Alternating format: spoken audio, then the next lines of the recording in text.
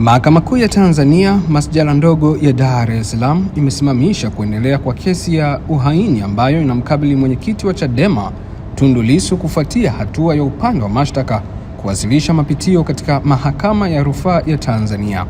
Hatua hiyo imekuja baada ya Mahakama Kuu ya Tanzania, Masjala ndogo ya Dar es Salaam kutupilia mbali maombi ya notisi ya ushahidi wa nyongeza yaliyokuwa yamewasilishwa na upande wa Jamhuri yakimhusu shahidi wa 26 ambaye ni ACP Amini Mahamba. Jopo la mawakili wa serikali wakiongozwa na wakili wa serikali mkuu Renatus Mkude walieleza mahakama hiyo ya kuwa mkurugenzi wa mashtaka kwa niaba ya Jamhuri amewasilisha taarifa ya mapitio yanayohusiana na kesi hiyo ya jinai inayoendelea mahakamani hapo. Wakili Mkude alifafanua kuwa maombi hayo yenye nambari 72032216 ya mwaka 2026 yamesainiwa Aprili 24 ya mwaka huu 2026 na kupokelewa kwa njia ya kielektroniki, ambapo alieleza kuwa chimbuko lake ni kesi ya jinai nambari 19605 ya mwaka 2025. Katika nukuu yake alieleza mahakama hiyo ya kwamba jopo la majaji wa Mahakama Kuu, kwa kuwa shahidi wetu aliyekuwa akifuatia ACP Mahamba, tulimuomba notisi husika ya ushahidi wa nyongeza na uamuzi wa mahakama haukuwa upande wetu wa mashtaka. Hiyo ndio sababu ya kuomba marejeo haya.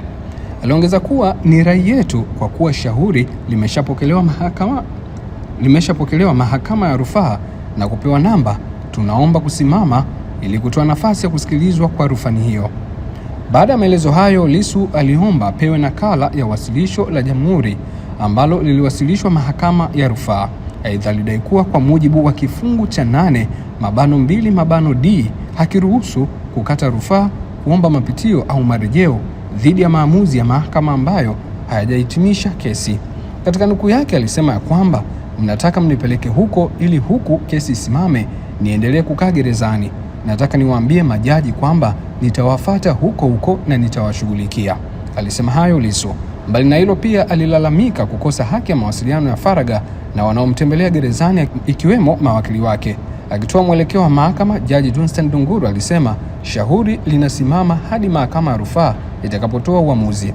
Hivyo mwenendo wa kesi hiyo kwa sasa unategemea uamuzi wa mahakama ya rufaa kuhusu maombi ya mapitio yaliyowasilishwa na upande wa Jamhuri baada ya Mahakama Kuu kutupilia mbali notisi ya ushahidi wa shahidi wa nyongeza ambaye ni shahidi wa 26 wa upande wa Jamhuri, ACP Amini Mahamba.